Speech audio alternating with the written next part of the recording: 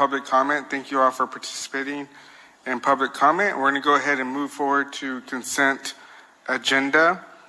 And for items number 6 through 44, I believe. Mr. Chair? Yes. I'm sorry to interrupt you. I find these comments regarding Children Protective Services disturbing.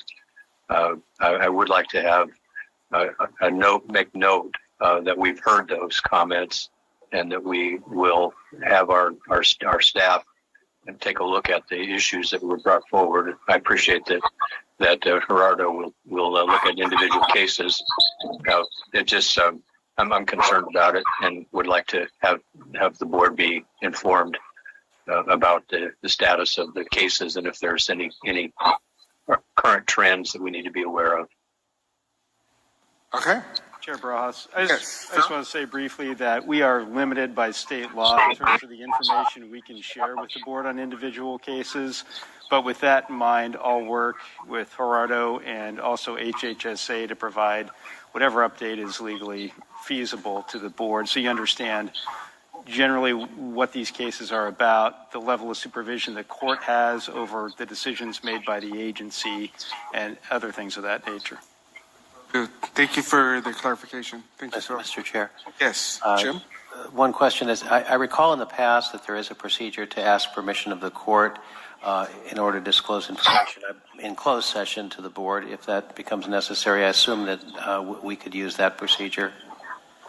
So there are limited grounds in state law for releasing information from a juvenile case file to the Board of Supervisors or the general public.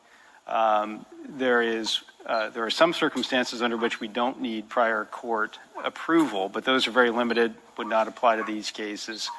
Otherwise, we'd have to bring a motion before the court for authority to release information from the file to the board. We'd have to look at whether we could appropriately do it in closed session. That's something I've looked at years ago. Honestly, don't quite recall the pros and cons or really the legal feasibility of obtaining a release of information to discuss in closed session. We can look at that if the board would like.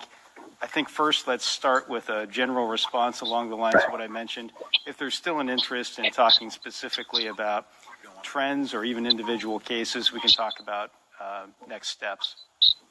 That's responsive to my concern, what Phil just described. I don't need to know details of specific cases, but I think there are some themes that were shared with us, and that's what I'm interested in us understanding.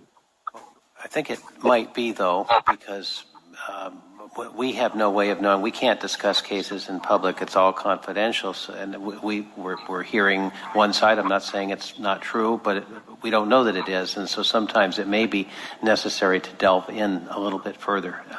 And I want to make sure that we're... So we have some consideration, or at least some, I wouldn't say direction from the board, but if we can have further discussion on this or some type of memo that comes out to the board, I'd rather prefer that instead of having this discussed in public, only because we have to continue on with our business right now and not continue to go back and forth for another 10 minutes on this issue.